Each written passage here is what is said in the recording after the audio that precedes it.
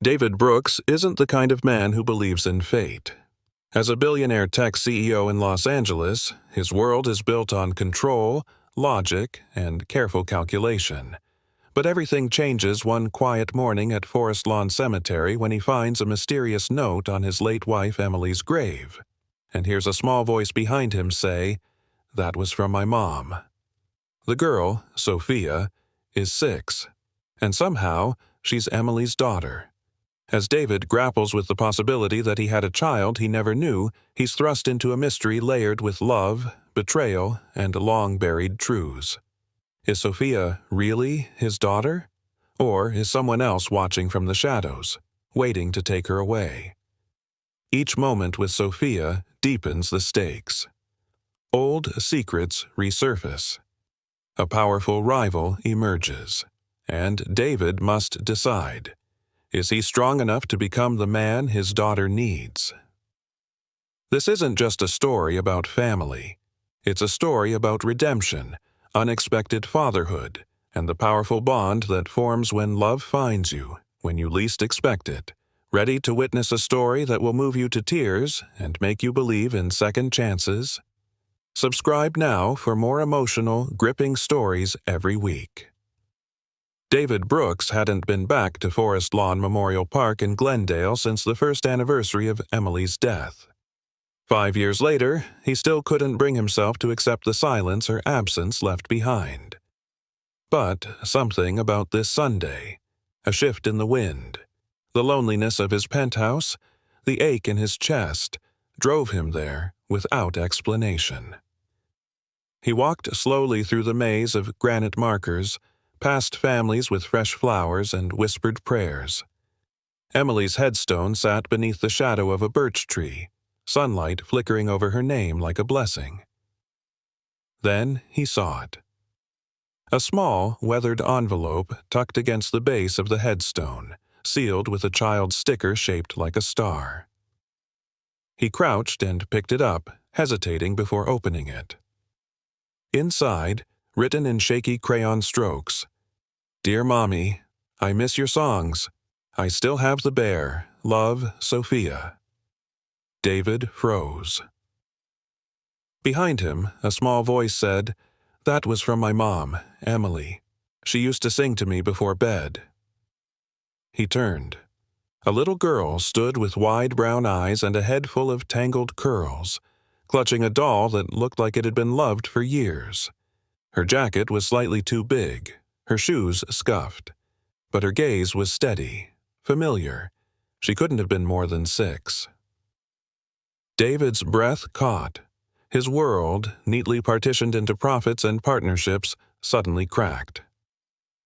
"What's your name?" he asked gently. "Sophia," she replied.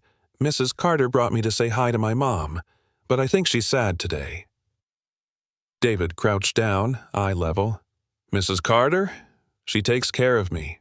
My mom said grown-ups get sick and go to heaven, so I live at Harmony House now. It's okay. There's a dog there named Pancake." He almost smiled, but the ache in his chest was blooming into panic. "And your mom was Emily Brooks?" She nodded. "She said she loved someone once, but he was too busy to stay." The words cut through him like glass. He stood there, stunned, holding the letter like it was dynamite. "You hungry?" he asked suddenly. "There's a diner down the road." Sophia shrugged. "Do they have chocolate milk?" "They'd better," he said, leading her gently toward the car. At the booth, she stirred her milk with a straw. "You look like the picture." "What picture?" "The one in Mommy's music box. She said it was the best day of her life, but she never told me your name." David stared out the window, trying to anchor himself to the present. Everything was unraveling too fast. He pulled out his phone and texted Raymond Hale, his longtime investigator. "Find out everything you can about Sophia. Fast." When he looked back, she was blowing bubbles into her milk, completely unaware of the fault lines her presence had just opened in his world. David Brooks sat across from the girl who might be his daughter, his mind racing even as he kept a calm expression for her sake. The clink of spoons and the low hum of a chatter inside the cafe on Brand Boulevard buzzed around him like background static. Sophia sipped her chocolate milk with both hands, her small feet dangling above the floor, oblivious to the tidal wave she'd triggered in his chest. "Do you come here often with Mrs. Carter?" he asked, carefully casual. Sophia shook her head. "Nope. We usually go to Harmony House, but today she had to take her other kids to the clinic. I told her I'd be okay saying hi to Mommy by myself." David's jaw tightened. Other kids? Clinic? There was so much he didn't know, and even more he hadn't been told. He reached for his phone beneath the table and opened his encrypted app. A few taps later, a secure line buzzed to life. "Raymond Hale," came the gruff voice. "It's urgent," David said quietly, keeping his eyes on Sophia. "I need everything on a girl named Sophia, about 6 years old. Mother was Emily Brooks. She's living at a place called Harmony House in Pasadena under the care of a woman named Mrs. Carter." There was a pause on the line. "You think she's yours?" David hesitated. "There's a letter, a photo, a voice. I need answers." "I'll get on it now," Raymond replied. "Give me a few hours." David ended the call and slipped the phone away. When he looked up, Sophia was watching him with curious eyes. "Was that your assistant?" she asked. He smiled faintly. "Sort of. He helps me solve problems." She nodded solemnly, like she understood. "I have problems too. My math homework is really hard." He chuckled. "I used to hate math when I was your age." Sophia looked impressed. "You did? But you're rich." David blinked. "What makes you say that?" "You have shiny shoes, and your jacket smells like the mall." He laughed, despite himself, a low, warm sound that felt strange coming out of him. It had been years since anyone made him laugh without an agenda. Sophia leaned in, her voice dropping to a whisper. "Are you lonely?" The question hit him in the chest like a fist. He looked at her, really looked, and saw Emily's chin, her tilt of the head, the same way she used to look at him when she saw through his walls. "A little," he said honestly. Sophia nodded. "Me too." Silence settled between them, but it wasn't uncomfortable. It felt like something important was being built in that quiet space, something fragile and real. When the waitress brought their food, Sophia picked at her grilled cheese while David barely touched his omelet. He kept watching her, trying to see past the years he'd missed. "You said Mrs. Carter told you your mom went to heaven," he said gently. "Did she say anything else?" Sophia looked down. "She said my mom loved me more than anything, and that she used to sing every night. I don't remember the songs, but I remember the feeling." David swallowed hard. "Do you ever sing?" he asked. "Only when no one's listening." He almost reached for her hand, but stopped himself. "Not yet. Not without knowing for sure." "You know," he said carefully, "I knew your mom a long time ago." Sophia's eyes lit up. "Really? Did she like cookies? She always packed me cookies when she visited, even when she was sad." David's throat tightened. "Yeah, she liked cookies, especially the ones with chocolate and sea salt." Sophia gasped. "Those are my favorite too." He managed a smile, but inside, he was unraveling. The past was catching up, fast, and in the middle of it was a little girl with Emily's heart and his eyes telling him without meaning to that everything he thought he'd buried wasn't gone at all. It had just taken on a new shape, and her name was Sophia. By early afternoon, David's Tesla pulled quietly into the cracked parking lot of Harmony House, a modest transitional home nestled in the heart of Pasadena. Its faded blue shutters and sun-worn sign didn't match the weight of the questions clawing at David's chest. Sophia was now back with Mrs. Carter, unaware that her innocent visit to a cemetery had reopened a chapter David thought was sealed forever. David stepped out slowly, his polished shoes crunching gravel as he approached the front door. A warm breeze stirred the wind chimes on the porch. The door opened before he could knock. "You must be Mr. Brooks," said the woman on the threshold. Short, silver-haired, sharp-eyed. "I'm Elaine Carter." Her voice wasn't hostile, but there was no warmth either. She stood square in the doorway, arms crossed. "I met Sophia today," David said quietly. "I believe she's my daughter." Elaine's lips pressed into a thin line. "You're late," David blinked. "Excuse me?" "She's 6," Elaine replied, stepping aside reluctantly to let him in. "You're 6 years late." The entryway was clean, modest. Handmade quilts over old furniture, children's artwork taped to the hallway walls. A sense of care hung in the air, even if the home had seen better days. Elaine gestured for him to sit. "I'll tell you what you want to know, but not everything will be easy to hear." David nodded, cautiously. "She came to us on a rainy night, Emily," Elaine began, her voice softening slightly. "Sophia was wrapped in a hospital blanket. Emily was trembling, exhausted. She begged us to take care of her little girl while she sorted things out, said she needed just a little time. At first, she came back every day, then every week. She always brought food, books, little notes she asked me to read to Sophia. She loved that girl fiercely." David's eyes stung. "Why didn't she tell me?" Elaine exhaled. "She tried. I saw the letters, dozens of them. She mailed them all to your office in Culver City, all returned, refused, unknown. Eventually she stopped sending them." David's voice dropped. "I never saw a single one." "Then you need to ask yourself who was making that decision for you," Elaine said pointedly. "Your assistant, maybe? Someone protecting your image?" That landed like a punch. David rubbed his face, stunned. Emily hadn't abandoned him or their child. She'd been shut out by someone he trusted. Was she sick?" Elaine nodded. "Leukemia. Aggressive. She didn't last long after diagnosis. Still came to visit when she could, even when she had to use a walker. Her last visit? She sat out back, just holding Sophia's hand. She didn't say a word." David's chest tightened, an ache blooming that he hadn't allowed himself to feel in years. "After Emily passed," Elaine continued, "I thought about contacting you myself, but by then, Sophia only knew Emily and me. I didn't want her to feel abandoned again. She already lost one parent.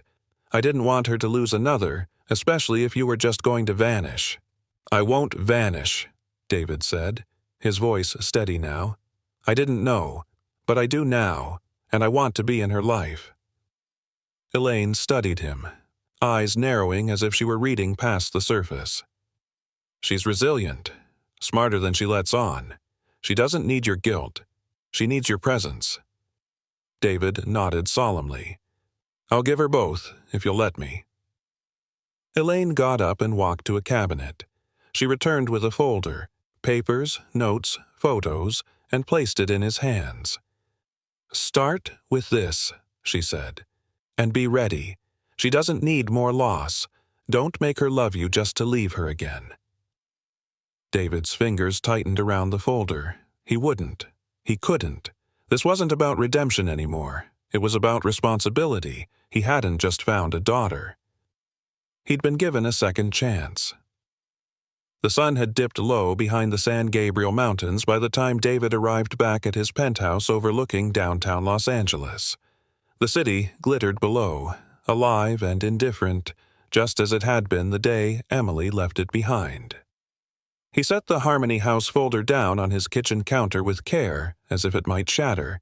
Inside were snapshots of a little girl learning to walk in a garden, finger paintings labeled, "For Mommy," and an envelope with legal documents, Sophia's birth certificate, with Emily Bennett's name scrawled in sharp blue ink and a blank space where the father's name should be.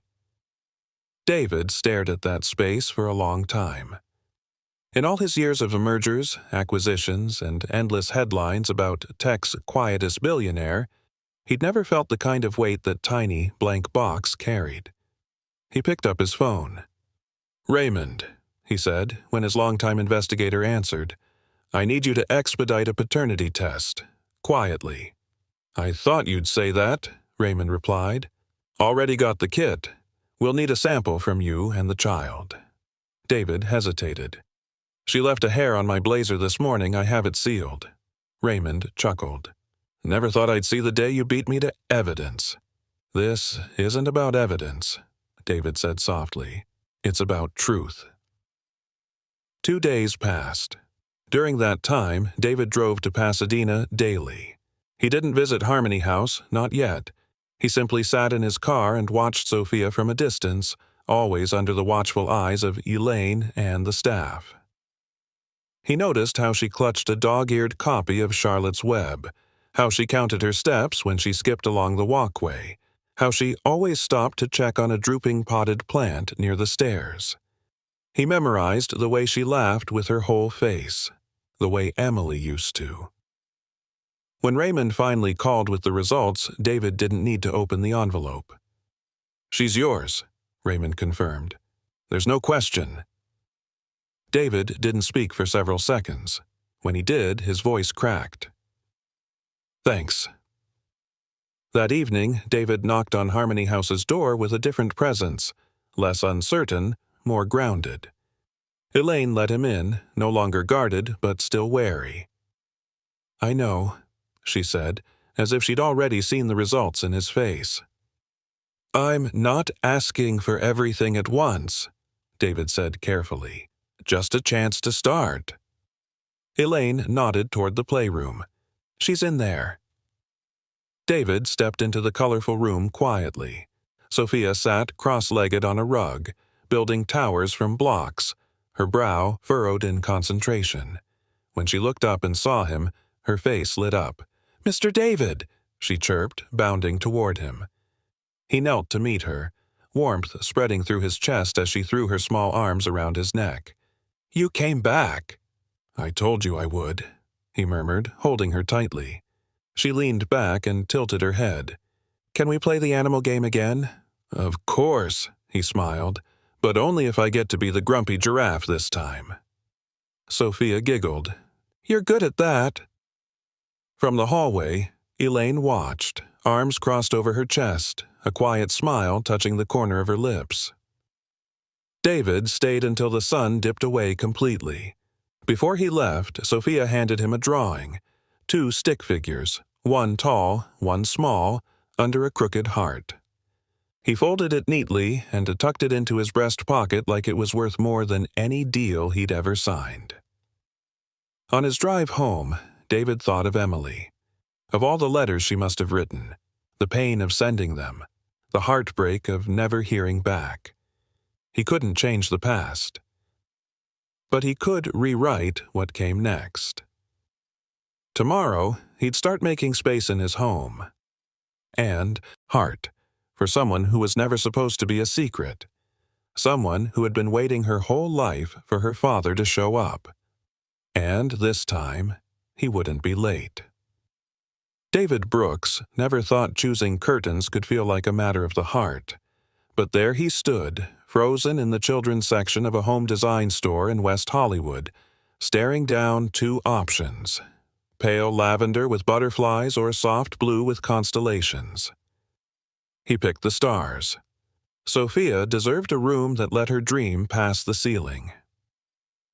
Later that afternoon, he stepped into his penthouse, glass, steel, and cold perfection, carrying bags of warmth, books, bedding, and a telescope. He stood for a long moment in the guest bedroom, now newly designated. The emptiness echoed back at him. "Not anymore," he whispered. That night, Sophia arrived with Elaine from Harmony House. It was just a trial, a weekend visit. Elaine brought a small duffel and a firm expression. "She's used to routine. Keep things steady," she said, before kneeling and hugging the girl tightly. "Remember what I told you, baby. Kindness is louder than fear." Sophia nodded bravely. David crouched down. "You hungry?" She beamed. Do you have grilled cheese?" "I have a chef who can make grilled cheese," he replied with a wink. Over grilled cheese and tomato soup, they talked about planets. Sophia told him that Saturn looked like a ballerina because of the rings, and that Pluto was probably just misunderstood. David smiled genuinely. "You might be right." Later, he gave her a tour of her new room. Her wide eyes took in every detail. The glow-in-the-dark star stickers on the ceiling, the books sorted by color, the big armchair in the corner with a soft throw blanket. She walked over to the telescope by the window and whispered, "This is magic." "No," he said softly, "you are." That night, after story time and a shared laugh about the grumpy giraffe again, David offered to tuck her in. She hesitated. "Can I sleep on the couch? Just the first night?"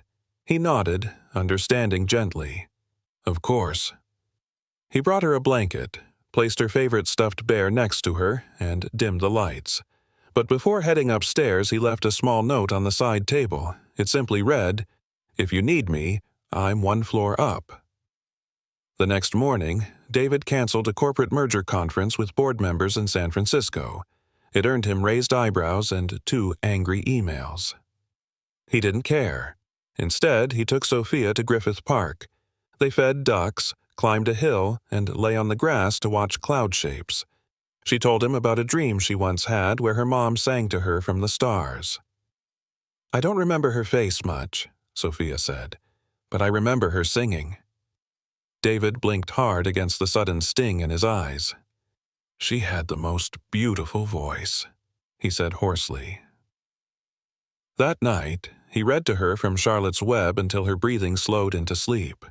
He placed a new drawing she'd made, 2 smiling stick figures under a shooting star next to the first one in his office. Then he sat down, pulled out his phone, and called his estate lawyer. "I want to set up educational and guardianship paperwork," he said. "Now, name's Sophia Brooks." Days later, as Sophia skipped into her new school hand in hand with him, her backpack bouncing, David felt a foreign sensation rise in his chest. Hope. A kind of second chance, delicate and powerful. He didn't know what the next chapters would hold, but he knew this. No matter what came next, he would show up every day. Because sometimes family doesn't come with warning labels. Sometimes it just shows up holding a teddy bear and asking for grilled cheese. And when that happens, you don't look back. You start building a future, one starlit curtain at a time. The hum of the espresso machine at David's kitchen island couldn't drown out the thoughts racing in his mind. He had a daughter. He was finally starting to believe it, not just in paperwork or photographs, but in the quiet way Sophia reached for his hand when crossing the street, or how she asked him to retie her shoelaces just like Mommy used to. But something inside David wasn't at peace. So he called Raymond Hale. An hour later, his longtime investigator sat across from him, a manila folder in hand. "There's more," Raymond said, sliding it over. "Emily was being supported anonymously by a hedge fund in New York. One name shows up over and over, Evan Reed." David's brow furrowed. "Reed? I thought she cut ties with him years before we got married." "That's what you thought," Raymond said quietly. "But we found consistent bank transfers to Harmony House under an LLC tied back to Reed's firm." David opened the folder. Bank statements, emails, one photo, Emily, leaning into a man, smiling faintly, toddler Sophia in her arms. He stared at the image. "Do you think—" He couldn't finish the question. "We won't guess," Raymond replied. "We'll confirm." That night, David watched Sophia sleep.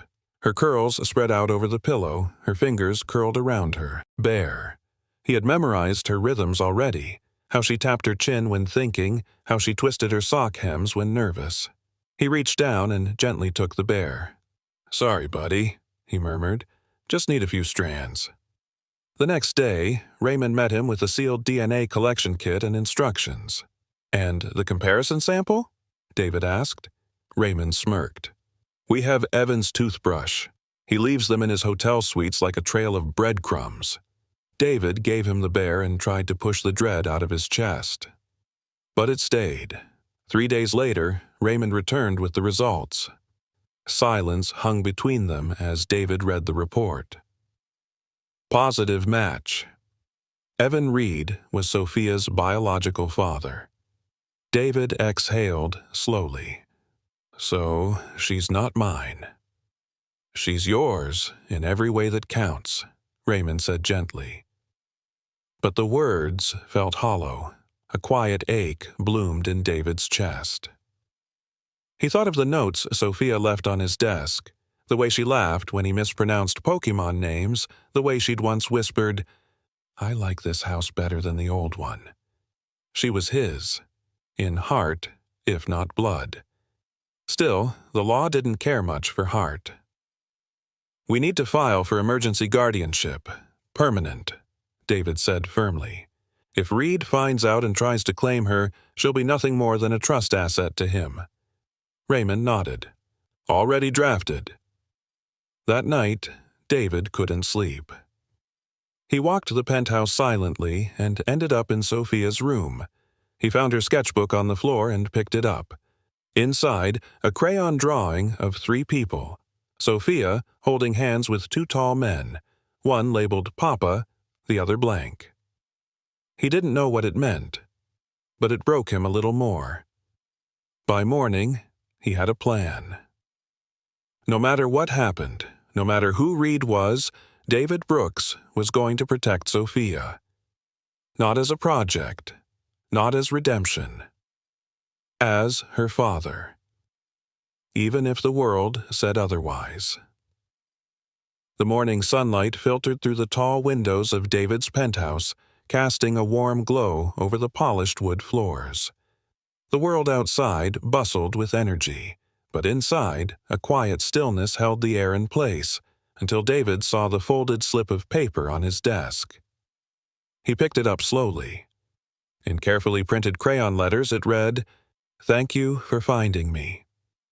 Underneath, Sophia had drawn a simple heart, colored in half red, half blue. David pressed the note to his chest, then tucked it gently into the top drawer of his desk, right where he kept Emily's old birthday card. He didn't need a test to tell him what he already knew. Sophia was his. Over the next week, the rhythm of their lives shifted into something familiar yet new. David picked Sophia up from her first day at school, holding a handmade World's Coolest Grown-Up badge she had crafted with glitter and glue. He helped her memorize multiplication tables. He watched her chase pigeons in the park.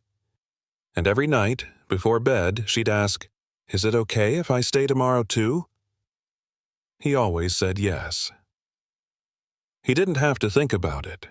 Meanwhile, 2,000 miles away in Manhattan, Evan Reed sat in his corner office staring at a report.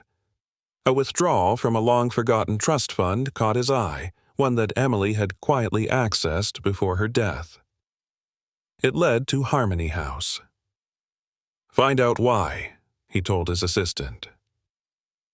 When the investigator reported back with Sophia's name and a photo of David Brooks holding her hand in a Pasadena bookstore, Evan didn't speak. He simply reached for his coat.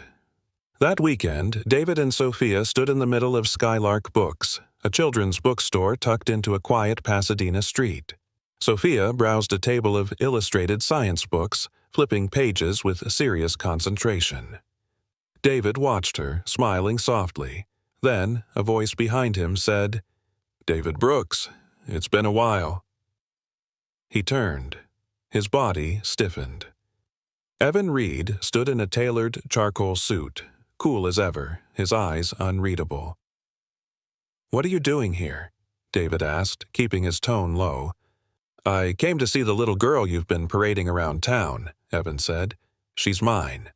Sophia looked up at the 2 men, then stepped beside David. "This is my papa," she said confidently, clutching his hand. Evan blinked. David studied his old rival's reaction, expecting coldness, dismissal, even a fight. But what came next surprised him. Evan knelt and looked at Sophia, who tilted her head curiously. "You like dinosaurs?" he asked. "Of course," she replied, narrowing her eyes. "Who doesn't?" He smiled slightly. "Tyrannosaurus or Triceratops?" "Velociraptor," she said with a grin. Evan chuckled and stood. "She's sharp." "She's everything," David said quietly. For a long moment, the two men stared at each other. No anger, no posturing, just unspoken understanding. "I'd like to be part of her life," Evan finally said, "but only if she wants me there." David hesitated, then nodded. That night, Sophia and David lay on the couch, a galaxy projector spinning above them. "Papa?" she said softly. "Yeah? That man today. He was nice, but he felt new. You don't feel new." David turned toward her. "I'll always be here, no matter what." She nodded, her eyelids drooping. "Good, because I like the way you make pancakes." He kissed her forehead. "Deal." And as she drifted off, a sense of peace settled over him, for the first time in years. Even in the mess of history and biology and unspoken regrets, something beautiful was taking root. Family. Real, imperfect, and entirely theirs. It was a quiet Wednesday when the first real question came. David had just returned from a meeting, one of the few he still attended in person, when he found Sophia curled up in the reading nook of his office, her nose buried in a book about galaxies. She looked up, her expression hesitant. "Papa? If I have two dads now, do I have to choose?" David froze. The question hit him harder than he expected. He walked over, knelt beside her, and gently tucked a strand of hair behind her ear. "No, sweetheart. You never have to choose between love. You just make more room for it." Sophia nodded, but her small fingers gripped the book a little tighter. Later that week, David and Evan met at a neutral location, an airy rooftop cafe overlooking Santa Monica Bay. It was Evan's suggestion. David appreciated the gesture. "She's extraordinary," Evan said after a long silence. "I missed everything. The first words, first steps, her first laugh." "She still laughs in her sleep," David said softly. "It's the best sound in the world." Evan exhaled slowly. "So, what now? Do we flip a coin for holidays?" David shook his head. "We figure it out together, not for us, for her." That was the beginning of something neither man could have predicted. Cooperation. Uneasy at first, but real. Sophia's school hosted a parent lunch event that Friday. David attended with a brown paper bag and a goofy dinosaur thermos. Evan, to everyone's surprise, showed up with cupcakes from a high-end bakery and a shy smile. Sophia sat between them, beaming. "My dads are friends," she announced proudly to her table mates. David raised an eyebrow at Evan. Evan chuckled. Promotion comes fast around her. But not everything was smooth. One night, after a storytime session, Sophia lingered on the edge of sleep. Her voice was quiet. "Sometimes, I wish Mama could see this." David's heart cracked. "Me too, Bug." "I think she sent me to you," Sophia whispered, "so you wouldn't be alone." Tears welled in David's eyes. "She gave me the best gift in the world," he said. Sophia reached for his hand and squeezed. "Me? No," David said, voice catching. "Your heart." The first sleepover at Evan's place happened the next weekend. Sophia packed her little suitcase meticulously. 3 storybooks, her telescope, the glitter badge she made for David, and a slightly bent drawing of all 3 of them holding hands. David drove her there, forcing his smile to mask the ache. You sure you've got everything? He asked. Sophia looked up from the back seat. I have both of you. That's everything. He hugged her goodbye a little longer than usual. As he drove away, his phone buzzed. A message from Evan. She's in good hands. You did right by her. For the first time, David believed it. That night, the penthouse was too quiet. David sat at the kitchen island, absently stirring a cup of tea he never drank. Then he walked to Sophia's room, lay down on her bed, and stared at the glow-in-the-dark stars she'd placed on the ceiling. A sticky note was taped to the bedpost. Love you to Pluto and back. His chest ached, but it was the kind of ache that only came from caring too deeply. From becoming someone you never knew you could be. Outside, the city lights blinked like constellations. Inside, a father sat in the stillness, waiting for morning. Because love had redefined everything, and this was only the beginning. Saturday morning dawned soft and gray, the kind of sky that pressed gently on the city like a quiet sigh. David sat by the window with coffee he didn't need, watching tiny raindrops race down the glass. Sophia was with Evan for the weekend, and the silence left too much space for memories. Then his phone buzzed. Message from Mrs. Carter. I have something for Sophia. It was left with us a long time ago. I believe now is the right time. David didn't hesitate. Within the hour, he was standing once again outside Harmony House, umbrella in hand, heart pounding like it was his first time there. Mrs. Carter greeted him with a warm but solemn expression. She was planning to give it to Sophia on her 10th birthday, she explained, handing over a sealed envelope with Emily's neat handwriting on the front. For Sophia, when the time feels right. David took it gently, reverently. Thank you. Mrs. Carter nodded. She always believed Sophia would bring you back to each other. David left with the letter tucked safely in his coat, but he didn't open it, not yet. He knew this letter wasn't meant for him. That evening, Sophia returned, rain-soaked and glowing from a weekend full of movie marathons and pancake art. She ran into David's arms like she hadn't seen him in months, and he held her a second longer than usual. I missed you, Papa, she whispered into his shoulder. I missed you more, Bug. He took her bag, unpacked her socks, her dinosaur slippers, her folded artwork, and then sat on the edge of her bed with the letter in his hand. Someone left this for you, he said softly, from your mom. Sophia's eyes widened as she took the envelope, her fingers tracing the curves of her mother's handwriting. She didn't tear into it like a child with a birthday card. She treated it like something holy. She read it slowly, silently. David watched her face. First the surprise, then the sorrow, and finally, a smile. A tiny, tearful smile.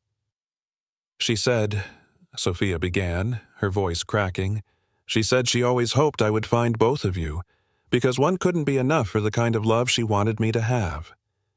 David reached for her hand. And she said she knew you'd make mistakes, but that you'd love me more than anything. And she was right. Tears streaked down both their cheeks. Do you want to keep it somewhere safe?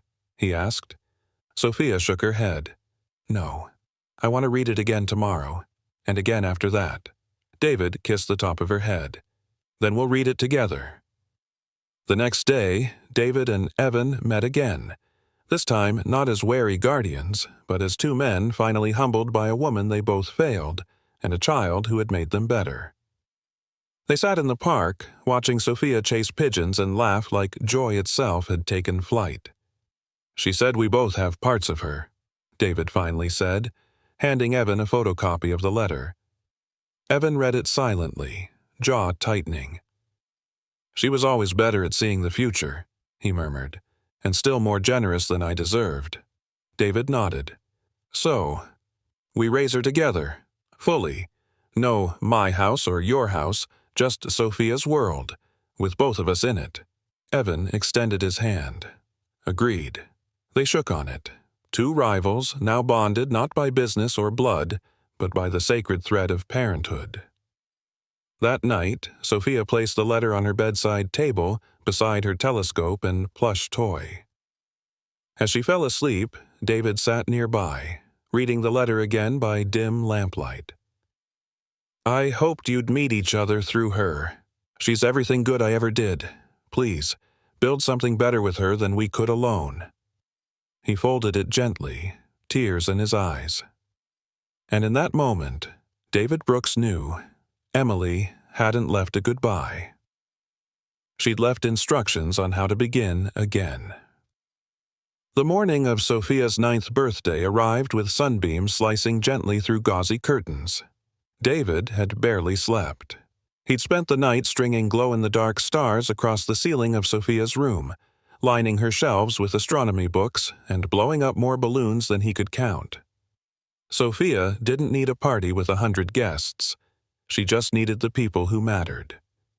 At 9:00 a.m., sharp, the doorbell rang. It was Evan, holding a carefully wrapped box, his shoulders stiff with effort to act natural. Sophia peeked from the hallway, eyes wide. You came, she whispered. Wouldn't miss it, Evan replied gently. Happy birthday, Stargirl. She ran into his arms. David watched from the kitchen, heart full and aching all at once. It was easier now, not effortless, but no longer combative. They were figuring it out. Later, in the backyard, Sophia opened presents. Books from David, a handmade journal from Evan, and then Mrs. Carter appeared, holding a small, sealed envelope. She asked me to deliver this on her 9th birthday, Mrs. Carter explained, eyes misty. Emily always said it would be the age when Sophia began to truly ask who she is. David knelt beside Sophia as she opened it. Inside was a final letter from her mother, written with tenderness, clarity, and fierce love. Sophia, if you're reading this, you're growing into the person I always believed you'd be. Brilliant, kind, curious. I wanted more time with you, but life had other plans. So I gave you what mattered most. 2 men who would protect your dreams. They may be opposites, but together they can build the home I never could alone. Sophia folded the letter slowly. I have 2 dads, she said, looking between them. Not step, not part-time, just both. David looked at Evan, and Evan nodded. That's right, David whispered, choking up. Just both. That afternoon, they took her to Griffith Observatory, Sophia's request. She darted from one exhibit to another, dragging them by the hands, laughing with the unfiltered joy that only children seem to master. I think Emily planned this, Evan said quietly as they watched her press her nose to a telescope lens. Not think, David replied. I know she did. They didn't argue about who had loved her more. They didn't compare pain. They just stood side by side. 2 men finally understanding that shared love didn't divide. It multiplied. Back home, the celebration ended with cake and cocoa. Sophia changed into pajamas and climbed into bed, her letter beside her pillow. Papa? She asked as David pulled the blanket over her. Can we plant a tree for Mommy? He paused, then smiled. Not just a tree, a whole garden. You pick the flowers. And can Dad come too? David kissed her forehead. Always. Later that night, David and Evan sat on the back porch. The city lights shimmered below, and the quiet between them was warm instead of awkward. I was ready to fight you in court, Evan admitted. I thought that's what love meant, winning. David nodded slowly. I thought it meant protecting her from you, but maybe it's about becoming who she needs us to be. She was always the smartest one in the room. They both laughed. You ever think about what happens 10 years from now? Evan asked. Every day. Evan handed him a new envelope. I started a college trust in her name. You're the trustee, no catches. David held it, stunned. Thank you. No, thank you for not shutting me out, for being the better man when I wasn't. David extended a hand. No better man here, he said softly. Just two dads trying to honor the same promise. Evan took it. And under the quiet stars, two fathers sealed an unspoken vow, not of perfection, but of presence, of showing up, of choosing love. A few weeks after Sophia's birthday, the air in Los Angeles had turned crisper, hinting at the start of fall. The garden outside David's brownstone bloomed with Sophia's chosen flowers, daisies, marigolds, and, in the center, a single white rose bush planted for Emily. She'd asked for it in her letter.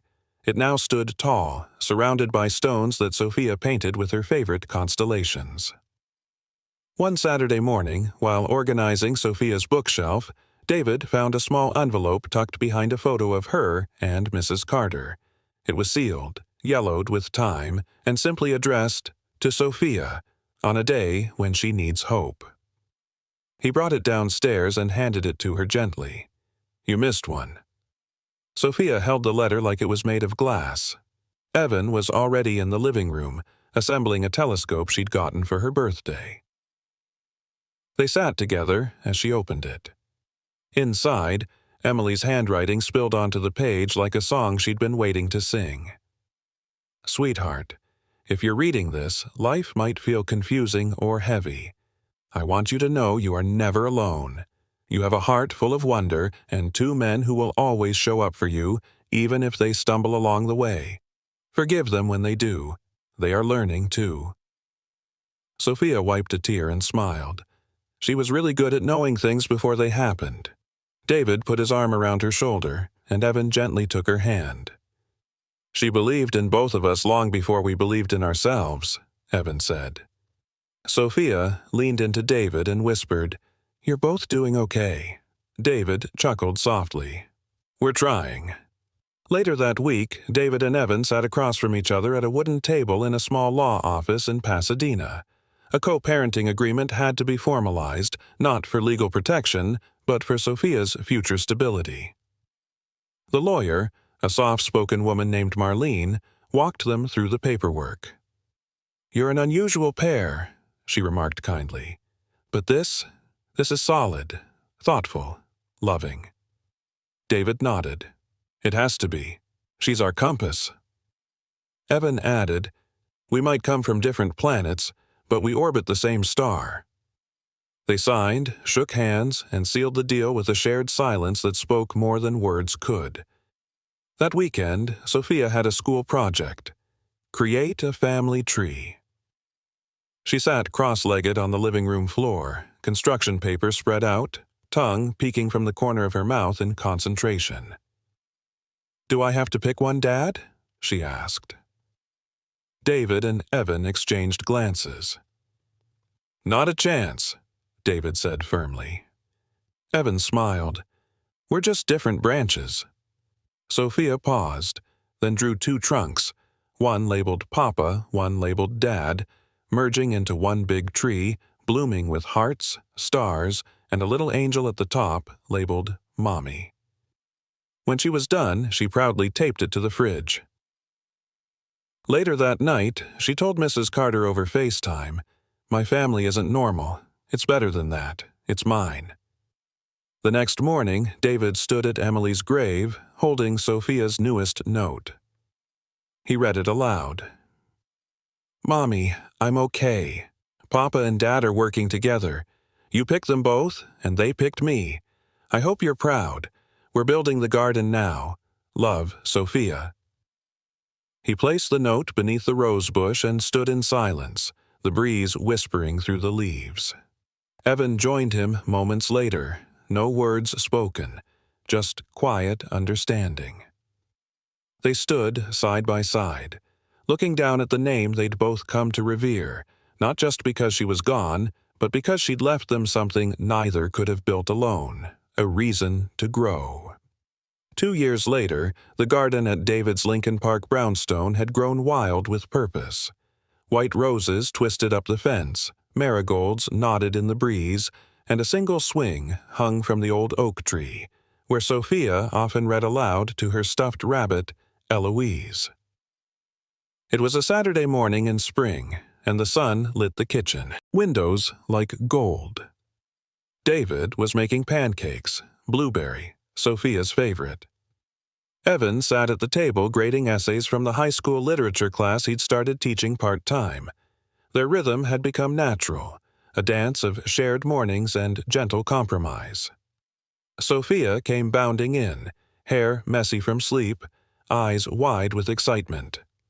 "Today's the family tree presentation," she announced, waving a trifold poster board decorated with glitter, hand-drawn constellations, and the phrase, "Roots can grow anywhere."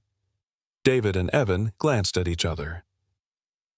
"We've got front-row seats," David said, ruffling her hair. At school, the auditorium buzzed with parents and children. Sophia stood confidently at the microphone as her classmates presented theirs. Traditional trees, single-parent trees, foster and adoptive branches. When it was her turn, Sophia stepped forward with a clarity that quieted the room. "My family doesn't look like everyone else's. I have 2 dads. One helped me find my voice, the other taught me to use it. They both love me, and they both loved my mom, Emily." She paused, her voice softening. "She couldn't be here, but she gave me the best gift ever. She gave me them." A collective hush fell. Then came the applause. Not polite, but real, sincere, sustained, and deeply moved. That evening, they visited Emily's grave again, just as the sun dipped behind the Los Angeles hills.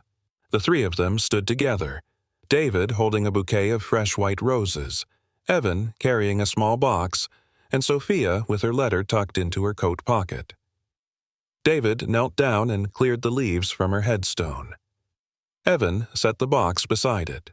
Inside was a small carving Sophia had made at school, 2 intertwined trees growing from a single seed. Sophia unfolded her letter and began to read aloud. "Dear Mommy, we did it. They're both here. I have 2 hands to hold, 2 people who come to all my things, and 2 voices that tell me I'm strong. Thank you for choosing both of them. I love you. Love, Sophia." She tucked it beneath the headstone, then wrapped her arms around both men. "I miss her every day," she said honestly. David kissed the top of her head. "So do we." That night, back home, the 3 curled up on the couch under a quilt stitched with stars. They watched old home videos of Emily, her laugh, her lullabies, her dancing barefoot in the kitchen. Sophia giggled and cried all at once. Evan looked at David and nodded softly. "She'd be proud." David's voice trembled as he replied, "She is." As the evening faded into quiet, Sophia dozed off on David's chest, her small hand still holding Evan's. No boardroom deal, no headline success could rival this peace. Not perfect, but whole. And in a world of fractured families and scattered pasts, that wholeness was a miracle all its own.